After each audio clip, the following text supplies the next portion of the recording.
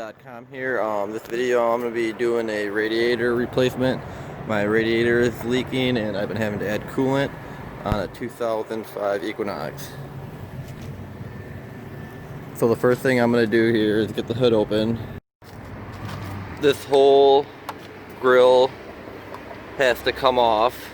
There's 4 rivets I've started to take off on top. And then on the side by your wheel, there's 2 on this side, and then 2 on this side, and then there'll be 4 of these on the bottom side. I can show you these here.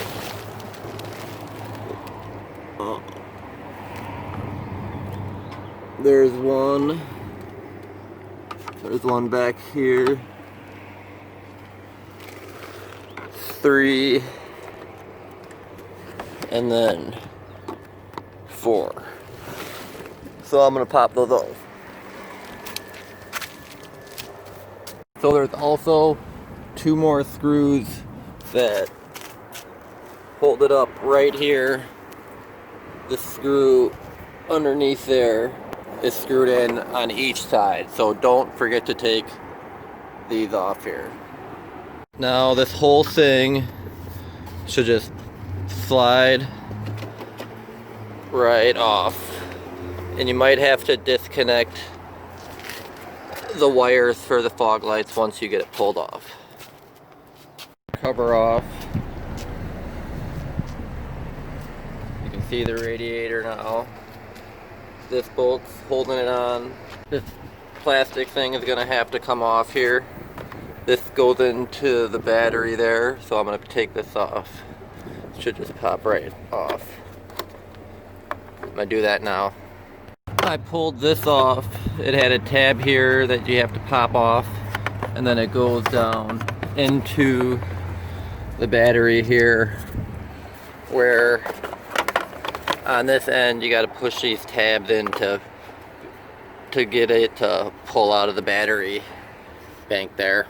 So this hose has to come off anyways, so I'm going to take this off so I can get to that nut back in there to loosen this bottom cooler line. So I'm taking this off first here.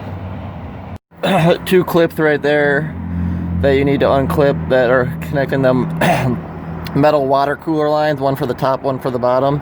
This is on the driver's side, bottom, front, back of the radiator towards the engine clip. There's 2 here, and then there's 2 directly on the bottom of the radiator, in the center of the radiator, that need to be unclipped. And then there's 2 clips that I already took off so I could get down to the bottom radiator coolant. So the top one, there's the top, an extra top clip. And then you want to make sure you got those that I think they might kind of be clipped to the fan, but I got them unconnected there. You see, you're going to have to pop them off so they don't pull them out when you take out the radiator. Oops, just dropped a bolt. So the radiator's connected with these 2, one here and one here, and then that slides on and it gets bolted on.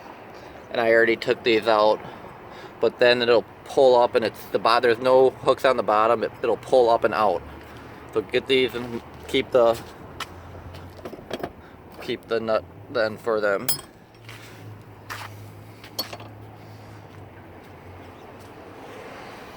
There's my S10,